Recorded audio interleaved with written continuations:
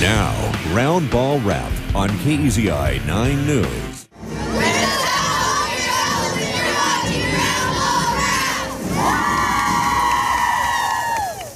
Welcome one, welcome all to Round Ball Wrap. What a show we have in store for you tonight. What kind of games we have too. I'm Mike Scow, Kristen Rogers.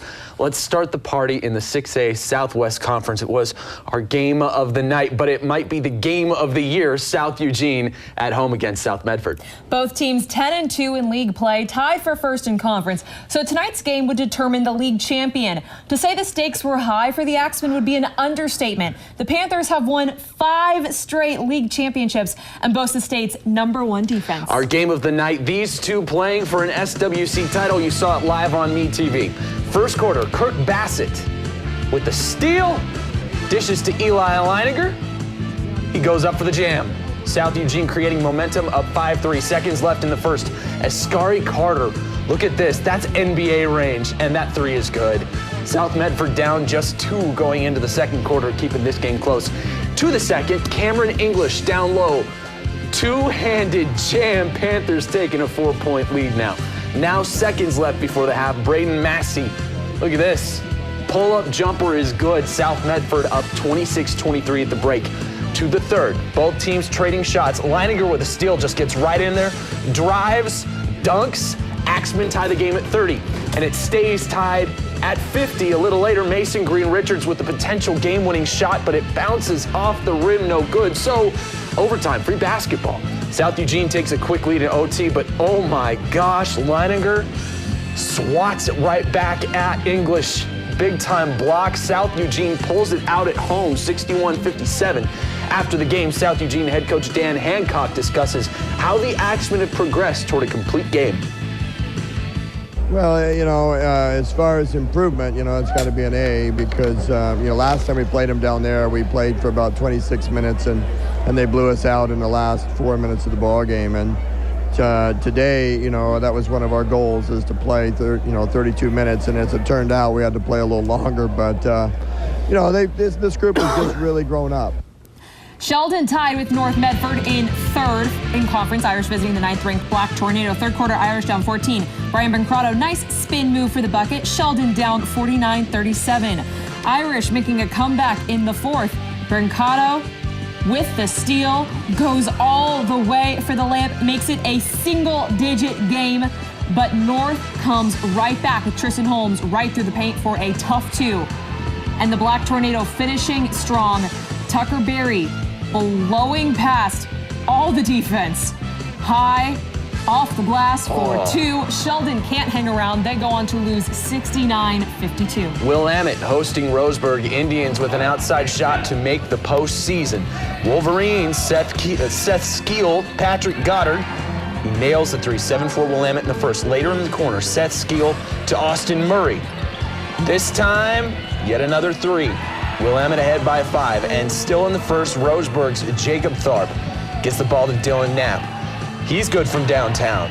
Makes it 12-10 Willamette. Roseburg's Dylan Knapp throws a ball to Daniel Lakic, who scores a 3-pointer, 14-13 now. These boys are on fire. Jacob Tharp kicks it to Stephen Patoyne. That's another long ball. Roseburg takes the lead 16-14 in the second quarter. Roseburg pulls it out. Final score 62-57. Final home game for Thurston. Colts hoping to get their second league win tonight against Grants Pass. Second quarter, Grants Pass up. Devontae Bailey on the fast break. Pass to Cody Anderson for the 3-ball. It's good. Next play now, Thurston with the ball. Grants Pass, Larry Cotton off the steal. And the dunk. Gotta love seeing that. Next, Thurston's Devontae Bailey is going to drive the basket for 2. Oh, man, that's oh man. Filthy. Really is. Still in the second, Grants Pass up by 2. J.C. McKinley to Sean Ryan for the long 3. Grants Pass goes on to win 50-34. In the Greater Valley Conference, West Albany takes down North Salem by 2 points in a thriller. With the win, the Bulldogs likely secured themselves a spot in the postseason. 6th-ranked Springfield tied for first in the 5A Midwestern League with Churchill. Miller's down south to take on Crater. First quarter, Matthew Martin. Gunnar Asher cutting to the rim. Lays it in. Crater takes an early 9-8 lead. Comets opening increase that lead. Christian Reyes working on the outside, fires up a three off the glass and in, 16-8 Comets. On the other end, Nick Assam, Alec Cook, Assam, three ball. Cuts it to a 5-point lead, but Crater stayed in control. Race Ritter to Tanner Malums.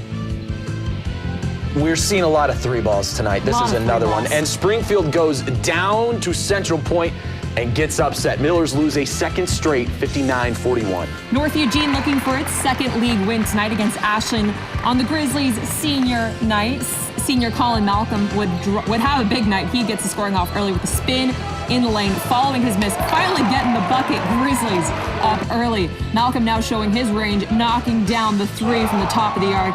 Ashland up 9-3. North Eugene would try to come back, though, as Aiden Lenholm hits the three. But the Grizzlies would be too much tonight as Malcolm takes the rebound. Coast to coast for the spinning layup. You get extra points for style for that one. Grizzlies too much for the Highlanders. They fall 72-57. One other Midwestern game, Churchill runs past Eagle Point 77-68. With Springfield's loss, the Lancers are now in sole possession of first place in the Midwestern League. Mid-Willamette Conference, the war for Highway 34. Lebanon visiting South Albany. No score, early first, Lebanon ball. Ty Hargis, Isaac Garber for three to put the Warriors on the board first. Rebels strike back. Dominic Crittenden under the basket.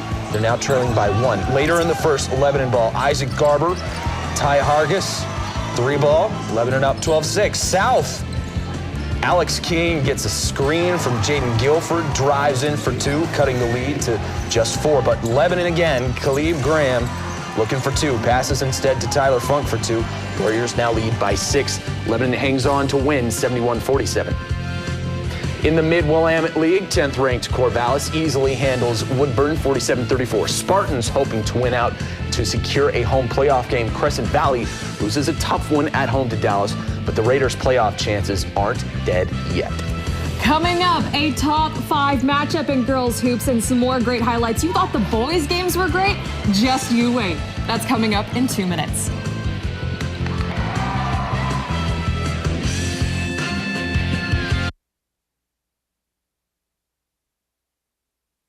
Now, Round Ball Wrap on KEZI 9 News. Well, it wasn't just big games tonight for the boys. One of the big games in the season went down in Springfield, where the 4th-ranked Millers went head-to-head with 3rd-ranked Crater. Springfield has been red hot as of late, winning 9 of their last 10 games, but they still sit 2 games behind the Lady Cavers in the Midwestern League standings. Both these teams expected to make runs deep into this year's playoff. 4th quarter, close game. Springfield up 22-21, less than 4 minutes left in the game. Sanaya Simpson with a quick pass to Sydney Baker for the layup. We're going to go to 2:30 left in the game, and Crater's Bailey Bascom with the three. A rough matchup between the 2 ranked teams, but Springfield hangs on to take down Crater 32-27. Other Midwestern action tonight, North Eugene with a nice 13-point win at home over Ashland. Churchill takes down Eagle Point in the Lancer Dome 38-28. Heading back up to 6A, 7th-ranked Sheldon has won 5 straight, hosting North Medford tonight. The band is out there, too. I love the band. The Black Tornadoes' Maggie Freeman dribbles down the court, hits the short jumper, 34-26 Sheldon. Sheldon's Mariah Moore kicks the ball to Sophie Morosky. 2 points, 36-26 Sheldon in the second. Let's go to the second half. Long lob to the Irishman, Sarah Hall. She gets the jumper to fall. Sheldon goes up by 12 in the third. Same quarter, Allie Anderson, Karina Clark from the baseline. Sheldon ups the lead to 46-30. Same score shortly after, Karina Clark. Rebound, put back. It's a reverse layup, 2 style points. Irish up 18. Sheldon just roll over North Medford, 72-41. Huge challenge for South Eugene, down south to take on top-ranked South Medford. This game, all Panthers up 36-4. Jasmine Falls kicks it to Kiari Slazer at the elbow. She makes it a 34-point lead. They're the #1 team for a reason. So many different weapons. Julie Tago, perfect pass to Falls. And 1, count them, 37-point lead. It's not even halftime yet, folks. South Eugene does get on the board in the second, trouble getting the ball up. But finally, Hannah Nordstrand gets the putback. That cuts the deficit to 35. Panthers just too much for the Lady Axe, though. They fall 70-22. Other Southwest games tonight, Roseburg easily handles Willamette Indians, most likely heading to the postseason. And Thurston beats Grants Pass by 5 on senior night. Colts on the bubble for an at-large playoff bid. Let's go to the Greater Valley Conference. 8th-ranked West Albany rips North Salem. Final score 74-37. Bulldogs have now won 9 straight. Checking out the 5A Mid-Willamette League, 5th-ranked Corvallis blasts Woodburn Crescent Valley, falls at Dallas. Lebanon upsets South Albany, and 6th-ranked Silverton easily handles Central. 3A, 2nd-ranked Pleasant Hill already clinched the Mountain Valley title, finishing the regular season tonight at Harrisburg. That really looks like a rave. Going to the first quarter, Pleasant Hill's Dana Brooks to Ashley Edmonston under the basket for the first point of the game. The Billies get the ball back. Brooks hits the mid-range jumper. Pleasant Hill is up by 4. Harrisburg's ball, Aaron Allen hits the 3. The Eagles now only trailing by 1. Later in the quarter, the Eagles with the ball again. Mackenzie Thompson for a long 2. It's good, and we're tied now at 5. Jumping to the second quarter, Billies with the ball. Nicole Lewis to Dana Brooks for a 3. It's good. Pleasant Hill is now up by 8, and they don't look back. The Billies cruise over the Eagles 52-29.